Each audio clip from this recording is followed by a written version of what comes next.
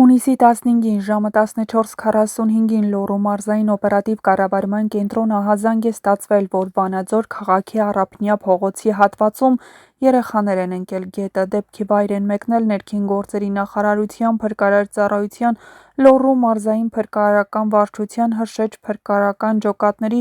4 մարտական հաշվարկներ, ինչպես նաև ոստիկանության և համայնքային ոստիկանության ծառայողներ անմիջապես սկսվել են որոնողափրկարարական աշխատանքները։ Ըստ տարածված տվյալների որոնվում են նույն ընտանիքի երկու քույրեր՝ 7 և 13 տարեկան։ Դեպքը մեծ անհանգստություն է առաջացրել Վանաձորի բնակիչների շրջանում։ Որոնումներին միացել են ոչ միայն փրկարարներն ու պարեկները,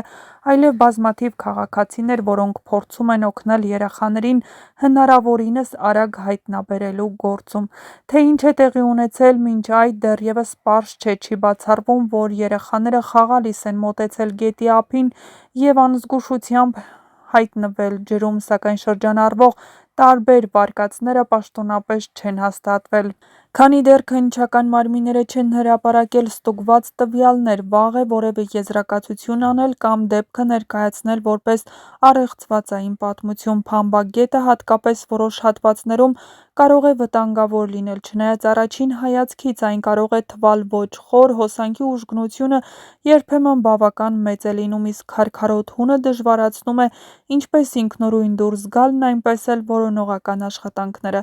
Այդ պատճառով փրկարարները որոնումներն իրականացնում են մեծ զգուշությամբ, ուսումնասիրելով ինչպես դեպքի անմիջական հատվածը, այնպես էլ գետի ստորին հոսանքի տարածքները։ Այս դեպքի շուրջ ամենակարևորն այս պահին երեխաների հնարավորինս արագ հայտնաբերումն է։ Իրավապահ մարմինները խոստացել են լրացուցիչ տեղեկություններ հայտնել որոնողական աշխատանքների արդյունքների և դեպքի իրական հանգամանքների պարզվելուց հետո։ Մինչ այդ հանրությանը կոչ է արվում չտարածել չստուգված լուրեր և հետևել միայն պաշտոնական հաղորդագրություններին։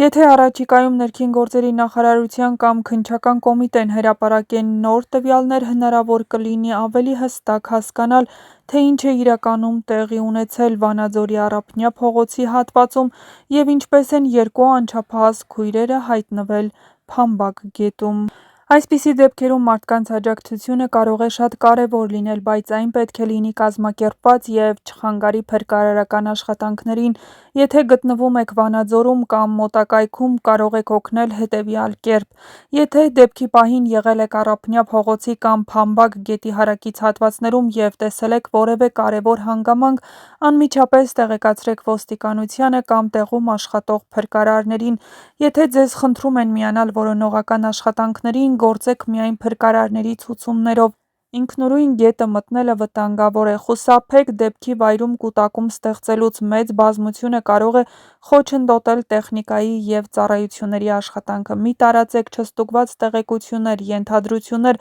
կամ երեխաների ընտանիքի մասին անձնական տվյալներ։ Սոցիալական ցանցերում սխալ տեղեկությունները կարող են լրացուցիչ ցավ պատճառել հարազատներին։ Եթե ճանաչում եք ընտանիքին, կարող եք աջակցել նրանց կենցաղային հարցերում՝ երեխաների խնամք, սնունդ, տեղափոխություն կամ հոգեբանական աջակցություն կազմակերպելով։ Կարող եք նաև տարածել միայն պաշտոնական հայտարարությունները, որպեսզի հնարավոր վկաները տեղեկանան և անհրաժեշտության դեպքում կապ հաստատեն իրավապահների հետ։ Եթե դուք հենց Վանաձորում եք և ցանկանում եք գործնական օգնություն ցուցաբերել,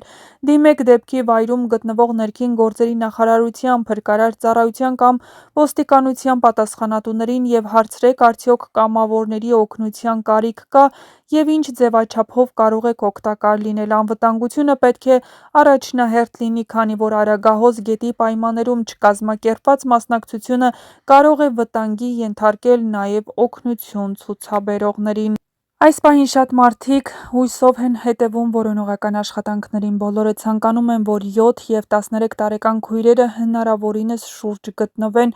ողջ և առողջ։ Միևնույն ժամանակ, կարևոր է զգույշ լինել ձևակերպումների մեջ։ Քանի դեռ որոնողական աշխատանքները շարունակվում են և պաշտոնական մարմինները վերջնական տեղեկություն չեն հրապարակել, ոչ ոք չի կարող վստահ ասել, թե ինչ արդյունք կունենան դրանք։ Հույսը պահպանելը բնական է, բայց պետք է սպասել միայն պաշտոնական հաստատված տվյալներին։ Հուսով ենք, որ փրկարարների, ոստիկանների և բոլոր ներգրաված անձանց ջանքերի շնորհիվ երեխաները հնարավորինս շուտ կհայտնաբերվեն ողջ և առողջ։ Աղոթում և սպասում ենք բարի լուրերի, կոչ անելով չտարածել չստուգված տեղեկություններ և հետևել միայն պաշտոնական հաղորդագրություններին։